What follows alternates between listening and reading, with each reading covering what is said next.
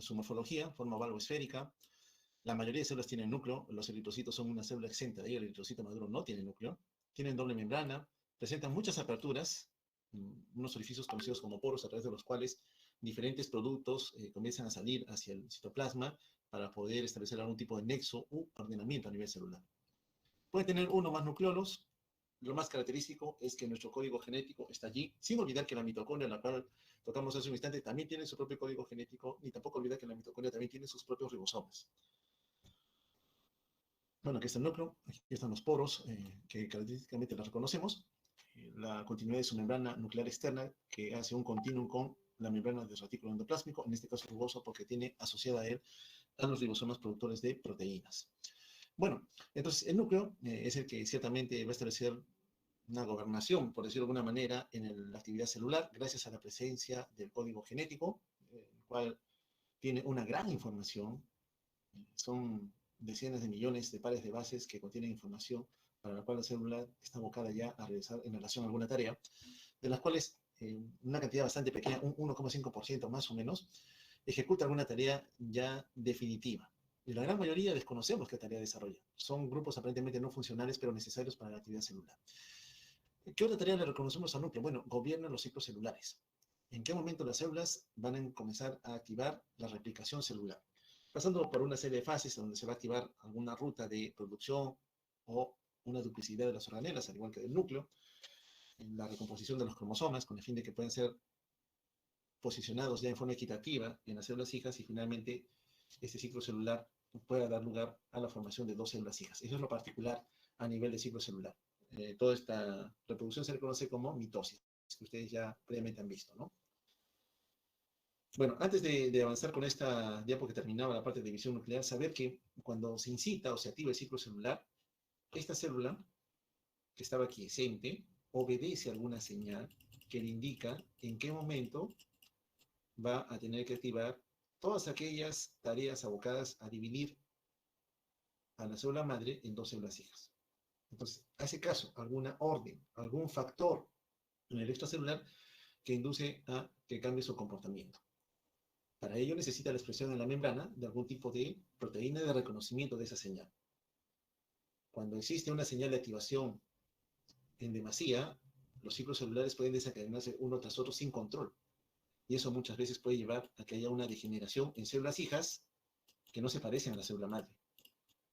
Células hijas cuya capacidad de diferenciación o de especialización va a cambiar en relación a la célula madre y podría ciertamente suceder la degeneración en una célula tumoral. Es muy importante entonces que exista un equilibrio entre las vías de señalización, estas de aquí, de estimulación, con la célula blanco correspondiente que expresa algún tipo de receptor. Entonces, todo lo que hemos visto corresponde a la tarea que cotidianamente la célula desarrolla en el día a día. ¿Cuáles son los sucesos que les reconocemos aquí? Se resumen en este video bastante cortito, ¿no? Esta es una célula, pero ya vista desde el interior, ¿no? Donde existen una serie de organelas, membranas, estructuras proteicas, muchas de ellas que enlazan o conectan a estas organelas y a la membrana celular misma. Aquí podemos reconocer algunos de los componentes, los microfilamentos, los filamentos intermedios, algunas proteínas integrales. Aquí los filamentos integrados formando parte de los dermosomas, que unen célula a célula. Aquí filamentos mucho más gruesos, los microtúbulos. Todos ellos formando parte del esqueleto, ¿no? En generación de nuevos filamentos, como también en su degradación, ¿no? Según la tarea que se necesite, se tiene que ejecutar alguna. A veces tiene que haber un fraccionamiento, ruptura de la composición. Aquí se está sintetizando de nuevo. Son los microtúbulos, ¿no? Dejaron de cumplir su tarea, se tienen que degradar. Y aquí está el microtúbulo, ¿no? Con la quinesina, que está cargando una vesícula de almacenamiento para transportarla a otro lugar del medio intracelular. Mitocondrias, ribosomas. Aquí el núcleo, acá están los poros que vimos, ahí está saliendo el ARN mensajero, buscando a los ribosomas correspondientes para que sirvan como plantilla y puedan producir diferentes proteínas, ¿no? Ahí está el producto final, que finalmente se posiciona en el retículo endoplásmico liso hasta este momento, ahora rugoso porque tiene un ribosoma. Acá la mitocondria, que tiene su propia red de ribosomas también, en donde ciertamente se van a producir algunas proteínas que a nivel mitocondrial van a ejecutar algún tipo de función o tarea, ¿no? Y sigue nuestra quinesina transportando a otras vesículas más. Para ello, lógicamente, van a necesitar energía, que el Golgi, el retículo endoplásmico, llevando a la maduración de esas vesículas que contienen diferentes productos, sobre todo la familia de las proteínas. Entonces, todo este ambiente celular, con una tarea definitiva, para la cual esa célula ya se ha especializado, necesita en forma constante y obligatoria la oferta de sustratos energéticos. Sin estos sustratos, glucosa, oxígeno, las células no podrían cumplir las diferentes tareas para las cuales, repito, ellas ya se han especializado. Entonces son muy importantes para nosotros en medicina garantizar que la célula se mantenga viva. Si permitimos que la célula muera, la mayoría de las tareas que venía desarrollando se van a perder. Más células muertas tenemos en un tejido, en un órgano, mayor riesgo de disfunción vamos a poder evidenciar.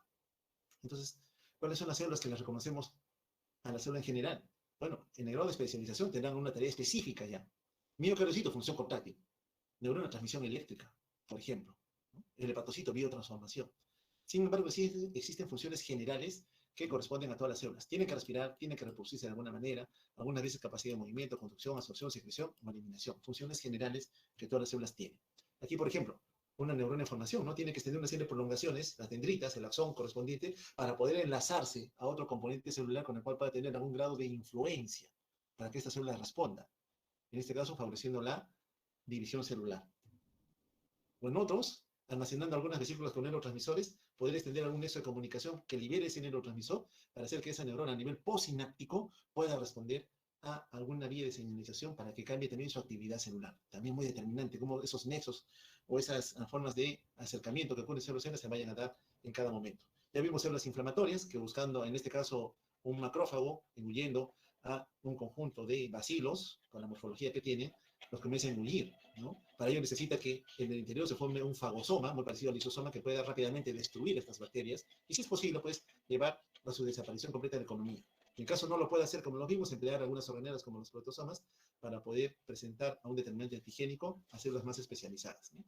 Aquí nos miren cómo en algún momento un cambio en la fluidez de la membrana celular favorece que algún agente patógeno aquí pueda ser reconocido, entonces tiene que haber alguna proteína de reconocimiento de patógeno para que la célula inflamatoria con capacidad de movimiento la pueda engullir, ¿no? Acá prácticamente es un fenómeno de fagocitosis, de quedó atrapada, ahora va a acercar la membrana como están viendo por aquí, y lógicamente al haber atrapado a este agente, acercarlo al contenido rico en lisosomas, fagosomas, para que finalmente llegue a su destrucción, ¿no?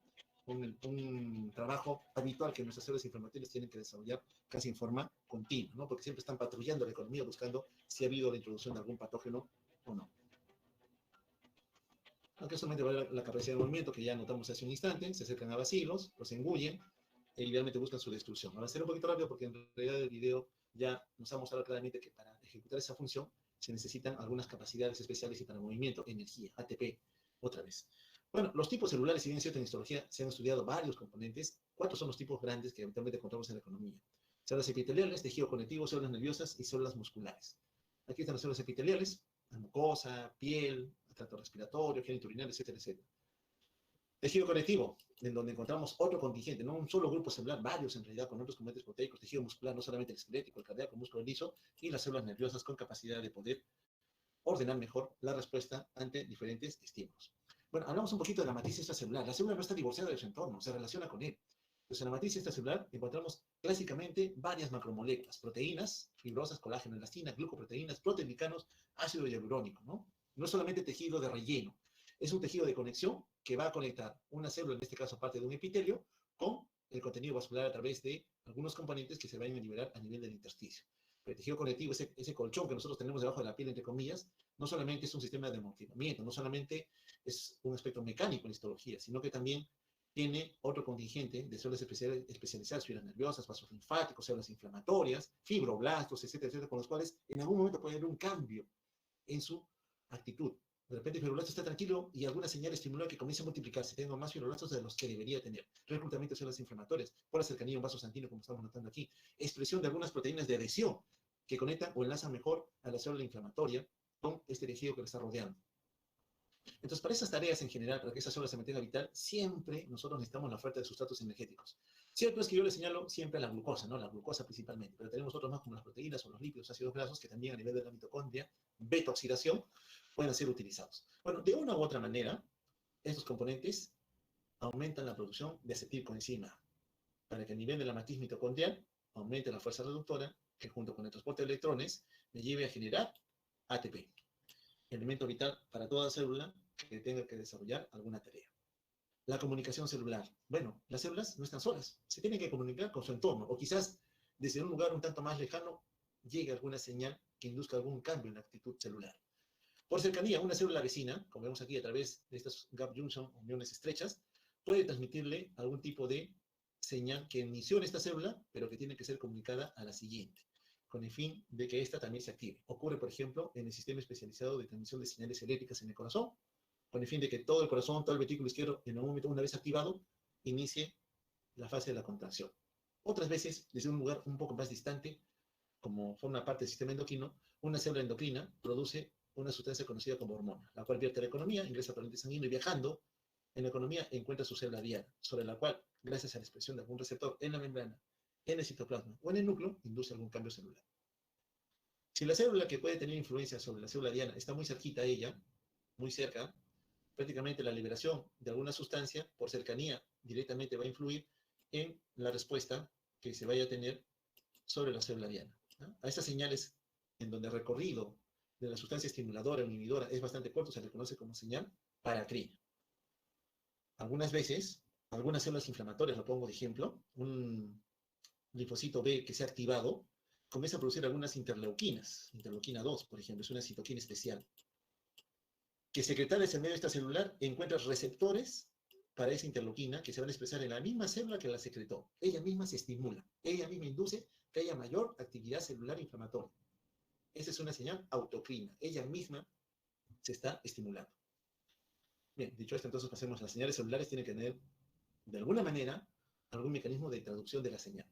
Es una característica, les dije ya, que la célula está tranquila, con una serie de receptores en su membrana, el citoplasma o en el núcleo, esperando una señal que le indique si va a acelerar o va a limitar algún tipo de trabajo para la cual ella ya se ha especializado. Pues generalmente esas señales que vienen del medio extracelular pueden interactuar con macromoléculas en la membrana, las cuales ya dijimos al inicio pueden ser algunas que favorezcan el flujo de iones, por tanto serán proteínas o transportadores iónicos, otras veces acopladas a un contingente especial de proteínas conocidas como proteínas G, son las respuestas metabotrópicas, otras veces fosforilando hacia la cara citoplasmática algunas proteínas, el fosfato activa células, u otras veces teniendo que atravesar la membrana para encontrar el receptor en el citoplasma y junto con él viajar hacia el núcleo, en donde finalmente puede inducir un cambio en la actividad celular. Este es un receptor de proteínas G, rápidamente lo voy a comentar aquí. Simplemente se ve que estos receptores que reconocen a un primer mensajero, que puede ser aquí una hormona o un neurotransmisor, ejemplo típico, ¿no? El receptor metabotrópico asociado a proteína C reconoce un primer mensajero, induce en la proteína de membrana un cambio en su morfología. Y cuando cambia su morfología, atrae a las proteínas G. Y esa proteína G que se ha activado a nivel citoplasmático trabaja con otras sustancias más. Generalmente son quinasas, proteínquinasas, enzimas que van a acelerar la actividad celular. Y cuando tú ya cambiaste la actitud celular, lógicamente estás induciendo un cambio en la respuesta celular. Pero toda esta señal ocurrió a nivel de la membrana. Muchas veces ese primer mensajero, que puede ser una hormona o un neurotransmisor que interactúa con un receptor acoplado a proteína C, puede en la célula llevar a otros cambios que remedan el accionar de otras proteínas de membrana. ¿Cuáles, por ejemplo? Favorecer a nivel de la membrana la exposición mayor a algunas otras enzimas, como puede ser la fosfolipasa C, para producir segundos mensajeros, desilglicerol, inositol trifosfato, que a su vez trabaja con otro segundo mensajero, promueve la mayor liberación de iones calcio. Y en donde el calcio se libere, repito otra vez, la célula se activa. Pero noten que aquí es una secuencia de eventos. Empezó en la membrana, se acopla un conjunto de proteínas asociadas a este receptor, a su vez produzco segundos mensajeros que amplían la señal, busco a otro segundo mensajero para que mejore la respuesta celular y finalmente esto lleve a que ocurra un cambio en el comportamiento de una célula en especial. Entonces depende del tejido, en otras palabras, que exprese a ese receptor. No todas las células expresan los mismos receptores. Acá estamos dando un ejemplo de una célula cualquiera que está expresando un receptor metabotrópico, en este caso asociado a proteína C. El calcio, que directamente puede aperturar canales iónicos o inducir la activación de algunas enzimas a nivel citoplasma, puede también, a través de la unión a la calmodulina, favorecer que algunas enzimas que estaban en estado inactivo ahora puedan activarse. Lógicamente, la activación de esa ruta metabólica, en esa célula en particular, inducirá un cambio en su comportamiento. Los receptores, bueno, hay de diferentes tipos. Uno muy importante son los receptores tirosina quinasa, que ya los mencionamos antes ya, que tienen un sitio de unión a un ligando en la cara extracelular, pero a nivel citoplasmático, tirosina quinasa, fosforilan proteínas. Y al igual que el calcio y el fósforo, también activa a las células. Muy bien, entonces todos estos conceptos que hemos vertido hasta ahora nos sirven para lo que es la clase en sí. Los conceptos, ahora sí, fisiopatológicos, asociados a nivel celular. Cuando la célula es agredida, es atacada, algo en la economía no está yendo bien, ocurre la injuria celular. Y ante la injuria celular, la célula tiene que responder, se tiene que adaptar a esa situación de estrés. Entonces, muchas células forman parte de un tejido, de un órgano, ¿no? Entonces, la célula está tranquila, está haciendo las cosas que habitualmente solía hacer. Pero cuando hay un factor de estrés, un factor injuriante, ella responde, tratando de vencer el factor de estrés. Pero por algún motivo no lo puede vencer, va a cambiar muchas veces su morfología, su actividad también se va a alterar. Entonces, si el factor de estrés sobrepasa la respuesta celular, ese conjunto de células puede reducir su tamaño, entran en atrofia. Al contrario, si las células sí responden al factor de estrés, aumentando su tamaño porque necesita una mayor capacidad de respuesta, generamos la hipertrofia, un aumento en el tamaño celular. Entonces, un conjunto de células que tienen una labor determinada ante situaciones de estrés pueden mal adaptarse, son vencidas por el factor de estrés y siendo vencidas cambian su morfología para mal, la atrofia. Y en otros escenarios responden. Más estrés, más respuesta. Se hipertrofian, crecen para vencer algún factor que ciertamente las pueda avasallar. Perdón. Aquí, algo fisiológico que siempre lo comentamos y lo vemos en tomografía, ¿no? Cuando tomamos una tomografía de cerebro, clásicamente vemos al cráneo rodeando al cerebro y lógicamente en la parte interna aparece la masa cerebral. Entonces, en un individuo joven, encontramos pues que están los clásicos surcos y circunvoluciones que corresponden al cerebro. Pero conforme ese individuo avanza en edad, el mismo cráneo que no ha cambiado su tamaño, disculpe que lo dibuje de forma más grosera, se separa más del cerebro, el cerebro se reduce de tamaño. El cerebro que tengo yo, 50 años, versus el que tienen ustedes 20 años, por ejemplo, es algo menor en tamaño, en forma natural, porque ocurre una degeneración natural que con los años a todos nosotros nos va a ocurrir. Entonces ocurre la atrofia cerebral, una reducción en el tamaño. Lógicamente, esa reducción en el tamaño, los lóbulos que cumplen ciertas funciones determinadas, ya no van a desarrollar esas actividades que con tanta agilidad solían hacer de joven. Yo no puedo memorizar tantas cosas en el tiempo como las que ustedes pueden hacer, si es que quieren. Yo no puedo aprender a tocar algunos instrumentos a esta edad tan rápido como los que ustedes podían, porque evidentemente su masa cerebral tiene mayor plasticidad para poder adquirir algunas destrezas. Eso es lo que a mí me ocurriría y me tomaría, lógicamente, más tiempo. Aquí se la atrofia, que hay un corte histológico, músculo esquelético, un corte transversal. Vemos una gran cantidad de músculo esquelético, ¿no? Pero en este individuo enfermo, adelgazado, semiológicamente está delgado, poca masa muscular, hay repliegues que son evidentes. Miren, el hueso se nota aquí el húmero, poca masa muscular. Le sacan una muestra del músculo y ¿qué encuentran? Enrarecimiento de la masa muscular, atrofia muscular. ¿Por qué? Por desuso. No lo está usando, está acostado todo el día, está flojeando, no se moviliza, no hace ejercicio. Entonces, la poca demanda de actividad física también demanda la aparición de la atrofia. Otro escenario es cuando el órgano no se ha desarrollado como debería haberse desarrollado. Me ocurrió, ¿no? Cuando mi primer muertito en anatomía, recuerdo que estamos disecando abdomen, comenzamos a evaluar la región retroperitoneal, teníamos que sacar los riñones, mi riñón derecho muy bien, salió de tamaño adecuado, como estamos viendo aquí, y nos poníamos a buscar el riñón izquierdo y no lo encontramos por nada. Salió mucho más pequeño que esto, salió un riñoncito súper atrófico, ¿ya? De este tamaño. Entonces, cuando ese órgano no alcanza a desarrollarse en forma completa, hablamos que es portador de una atrofia. Aquí el ejemplo más representativo, ¿no? Voy a pintarlo un tanto de azul para que se vea. Este es un corazón, vamos a ver, el corazón, que le he hecho un corte transversal. Acá estaba el ventrículo derecho, acá está el ventrículo izquierdo. Entonces, se le ha hecho un corte. Esto de acá es el ventrículo derecho. Forma una D invertida, ¿no? Ventrículo derecho. Escasa masa muscular. ¿Por qué? Porque el ventrículo derecho no tiene que trabajar tanto para mandar la sangre a los pulmones. Recuerden que la arteria pulmonar es un vaso de baja resistencia. En cambio aquí, lo dejo de verde, el ventrículo izquierdo tiene una forma más circular, ¿no? Más circular. Y encontramos que tiene mayor masa muscular. Mayor masa muscular. ¿Y por qué? Porque tiene que vencer la resistencia sistémica, tiene que vencer la resistencia a la aorta, tiene que ir contra una poscarga mayor. Entonces tiene mayor masa muscular. Eso es lo normal. Pero ¿qué pasa si este individuo es hipertenso y la aorta que sale del ventrículo izquierdo le opone resistencia a la salida de la sangre? Entonces el ventrículo izquierdo dice, no, no me puedo dejar avasallar, tengo que vencer esa resistencia. ¿Por qué? Porque si no la venzo no hay flujo, si no hay flujo, esta persona se muere. Miren lo que le pasó al aumentar la poscarga. La masa muscular del ventrículo izquierdo ha aumentado. Tanto ha aumentado, miren la luz. Miren el espacio que le deja ha llenado ventricular. Aquí voy a dibujar de rojo, tenemos área para poder llenar de sangre. Fase diastólica, en la diástole se llena el ventrículo de sangre, recuerden ustedes. Pero acá no, miren el espacio que le da para llenarse de sangre. Aquí, en fase diastólica, este ventrículo izquierdo le va a poner resistencia al llenado ventricular. Eso se le llama insuficiencia cardíaca diastólica. Miocardio duro, rígido, me lleva a falla cardíaca. Esto es una miocardiopatía hipertrófica. ¿Ok? Lo van a ver mejor en fisiopatología cardiovascular. Entonces, la adaptación celular tiene diferentes escenarios. Un epitelio puede, en algún momento, ante el estrés, aumentar el número de células. Ya no ser 5 o 10, ahora ser 20 50, mayor número de células, hiperplasia. Pero a veces, cuando para vencer un factor de estrés, las células se tienen que multiplicar en mayor número y a veces se multiplican en forma desordenada, porque aquí la multiplicación todavía es ordenada, ¿qué ocurre? Generamos la displasia. Las células comienzan a multiplicarse, pero no se parecen, estas de acá, no se parecen a las células originales, son células displásicas. En algún momento, si sigue el factor de estrés, algunas de ellas, algunas, pueden ya no responder a los factores de crecimiento. Pueden ya hacerse independientes. Porque cuando alguien estimula el crecimiento, la multiplicación celular, hay interacción entre un ligando y un receptor en la membrana. Pero cuando la célula dice, no, no me importa, y yo mismo comienzo a estimularme, a multiplicarme, puedo llevar a una degeneración tumoral, a un cáncer. La displasia es una alarma histológica.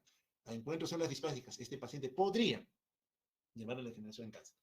Hasta que finalmente llegamos a la metaplasia. Ya la metaplasia son células que para nada se parecen a la célula original. Ya estamos hablando de un estado precancerígeno. El ejemplo que les puse aquí, bueno, voy a tener que acortar esto. Vamos a salir un ratito.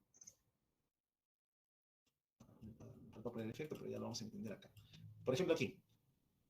Vamos a presentarlo para que se pueda entender. Espero que sea comprensible por ustedes. Aquí tenemos el esófago. Aquí está el cardias, que separa el esófago en teoría del estómago, ¿no? Aquí hay un conjunto muscular, el esfínter esofágico inferior. Normalmente la mucosa del estómago, que es una mucosa especial, es diferente al epitelio que forma parte del esófago, el poliestratificado. Aquí es mucosa, aquí no. Pero sucede a veces que el contenido que está en el estómago, que es rico en protones, ácido clorhídrico, en lugar de irse hacia el píloro, hacia el intestino delgado, regresa. Hay un reflujo, un retorno, que no debería ocurrir hacia el esófago. Y el esófago solamente es un conducto de transporte, no hace nada más. Pero ahora se ve atacado por un reflujo rico en ácido clorhídrico. Entonces, esas células de la mucosa esofágica son agredidas por un fluido rico en protones. Entonces, se tienen que defender de alguna manera. Y esa defensa, voy a salir otra vez, es lo que estaba graficado acá, es un cambio en su epitelio. Lo dibujaré un poquito más arriba para que se note, porque al haber dibujado, todo se alteró. Miren, esta es la mucosa normal, esta es la mucosa con alteración en su histología, ya metaplásico. Acá me llamas metaplásico, ya que miren cómo cambia. Ese tono blanquecino hace cambio a otro tipo de epitelio. Había por lo menos 3 tipos de epitelio, de la mucosa, de la submucosa y de tejido metaplásico. A esto le llaman, en gastroenterología, esófago de Barrett. Es una lesión precancerígena. Alto riesgo de ser cáncer de esófago en este paciente. ¿Todo por qué? Por reflujo gastroesofágico. Se alteró la fisiología. ¿Cómo entendemos entonces la injuria celular? Como el resultado de la agresión que alguna célula de la economía, porque así empieza, pueda tener en algún momento en donde se va a afectar su estructura, su microanatomía y la función que esa célula desarrollaba. Y si no hacemos nada por ella, por eso el paciente viene buscando ayuda, llega al escenario médico a pedir que le den el apoyo correspondiente, no haces nada, la célula se muere. Por eso tenemos tiempo en contra. ¿Cuáles son los tipos de injuria celular a las cuales habitualmente nosotros en el día a día nos vemos expuestos? Injurias tóxicas por factores intrínsecos o factores extrínsecos. Intrínsecos, nosotros producimos sustancias de desecho, hidrogeniones, algunos fosfatos, productos nitrogenados, por ejemplo, que tienen que ser eliminados de la economía. Factores intrínsecos. O de repente algunos que deberían tener una concentración aceptable y por alguna condición están en cifras mayores a las normales. O factores extrínsecos. Alguien le ha dado alguna sustancia que daña a la célula. También ocurre. Injuria tóxica. Injuria por deficiencia. Sí, le estás quitando. Ya, la injuria ahora, el daño a la célula ocurre porque no le estás dando lo que necesita. No le estás dando agua, no le das oxígeno, no le das sustratos energéticos. O le estás llevando a un ambiente hostil. Vamos a escalar el Tutupaco y Yucamania, sigue en Polito nada más en shortcito, sin protegernos del frío que quizás pudiera ocurrir. O porque no puede eliminar sustancias de desecho. ¿Quién? El paciente con daño renal. No orina. Por tanto, todas las toxinas que acumula la economía se quedan en la economía. Injuria física, cuando ocurre alguna alteración entre las barreras de defensa. tanto a nivel externo como a nivel intracelular. Puede ser injurias a nivel térmico o a nivel mecánico. Injuria infecciosa, harto conocida y bastante frecuente, ¿no? Cuando es un patógeno, virus, bacteria, hongo, parásito, que ingresa a la economía, avasalla el sistema de defensa y finalmente produce la enfermedad. Entonces, en injuria celular, la acumulación de daños, porque a veces es por una, así empezó, por una toxina, se agrega una bacteria, luego viene la injuria física, luego viene la deficiencia, que estamos nosotros, reconocemos que está dañado y no le ayudamos al paciente. Un granito más. ¿Para qué? Para que alteremos la homeostasis. Ya no tenemos capacidad de defensa porque hemos afectado todo el funcionamiento celular. Y en todo este escenario en la célula ya sabemos ya que a quien debemos darle el máximo soporte es a la mitocondria. ¿Para qué? Para generar energía. En estrés, cuando la célula está estresada, la mitocondria está en estrés también, no me llega oxígeno, no tengo glucosa, bajo la forma de acetilcoenzima que vino del piruvato, esta mitocondria produce mayor cantidad de radicales libres. ¿Qué son radicales libres? Son moléculas inestables de oxígeno que están en continuo movimiento. ¿Y qué hacen? Destruyen membranas, destruyen la membrana mitocondrial. Y se encuentra un lisosoma que tiene membrana y la destruyen. ¿Qué pasa con su contenido? Se vierte a citoplasma, muerte celular. Y si van al núcleo, degradación del código genético. Eso ocurre por deprivación. Entonces, saber que la mitocondria es una organela vital a la cual tenemos que proteger hasta donde nos sea posible. Bien, entonces junto con estos daños, importante saber que en el tiempo, en la evolución natural, nosotros vamos a tener degeneración celular, envejecimiento natural y muerte celular. Nos va a ocurrir a todos, es así. Vamos a perder células en el tiempo, fisiológicamente hablando, el envejecimiento va a ocurrir en nosotros. Pero en la enfermedad, este proceso se acelera y justamente puede afectar a un órgano más que a otro. Y llevar a la muerte, como lo vimos también en un momento, por necrosis, por deprivación o por apoptosis, que es la muerte natural, la que normalmente debería ocurrir. Y otra vez nos concentramos en la mitocondria, porque la mitocondria, curiosamente, en su membrana tiene receptores que reconocen el daño y aceleran la activación de la muerte celular. Le llaman receptores de la muerte. Lo van a ver en inmuno, no lo comento más, no quiero molestar al doctor Gordillo. Noten ustedes que aquí algunos sustratos que usa la mitocondria, citocromo C, ese citocromo se parece al citocromo P450, sí señor, se parece. Trabajan con hierro. ¿Ya? Algunas proteínas que aumentan su producción aquí pueden estimular la mayor liberación y citocromo C, ¿saben qué hace? Estimula la activación de una proteína conocida como caspasa. Son una familia grande, las caspasas. Y las caspasas son enzimas que destruyen células, destruyen células. Entonces, ante la deprivación de oxígeno y los sustratos energéticos ocurre la destrucción celular. Entonces, ¿yo debería mantener la homeostasis celular? Sí. Debería usted buscar mantenerla, mantener el equilibrio en la fuerza. El lado oscuro y la luz deberían estar en equilibrio. Por esa razón, ¿es usted quien va a tener equilibrio en la fuerza? Sí, ustedes como médicos tienen que diagnosticar tempranamente, adecuadamente, concienzudamente el mal de una persona y darle el mejor tratamiento posible. Automáticamente en su economía hay algunos sensores que valoran si hay algo que está afectando la fuerza. Cuando ellos detectan, hay algo, noto un desequilibrio en la fuerza, cuando uno ha visto alguna de las tramas de las series, ¿quién les ha detectado? La médula oblongata, la hipófisis y la sustancia reticular activadora ascendente. Son los que informan y detallan lo que está pasando. Y cuando la enfermedad indefectiblemente va a ocurrir, ¿cómo es que normalmente sucede esto? Bueno, en un individuo que logra salir airoso, pasa por etapas reconocidas. Primero tiene que haber una exposición, tiene que haber alguna injuria. Un patógeno ingresó a la economía. Bueno, ingresa, tiene que multiplicarse, aprender a defender el sistema de defensa, saber a quién va a atacar, periodo de latencia e incubación. Luego, ya posicionado en el órgano para el cual es afín, Escherichia coli, vejiga urinaria, por ejemplo, viene el periodo prodrómico, invado la mucosa vesical, comienzo a multiplicarme. Ahora, sobrepaso esa barrera de contención, viene la fase aguda. Me duele al orinar, orino frecuentemente, tengo deseo de orinar a cada rato.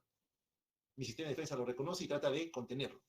Viene la etapa de remisión, una lucha entre mi sistema de defensa y el agente patógeno. Si lo logro vencer, viene la etapa de convalescencia. Aún con malestar, con muchos desarreglos, logro salir airoso y finalmente viene la recuperación. Eso en el liviano, pero la mayoría de veces no conseguimos ese objetivo. Y finalmente la enfermedad nos avasalla y nos mata. Tenemos que aprender entonces a luchar con ella. Bien amigos, no sé si es que tienen de su parte, por favor, algún comentario en relación a lo que ya he vertido. Varios termómetros. Vamos a empezar con el tema de alteraciones en la regulación de la temperatura. Este es el termómetro que normalmente nosotros conocemos, es de mercurio.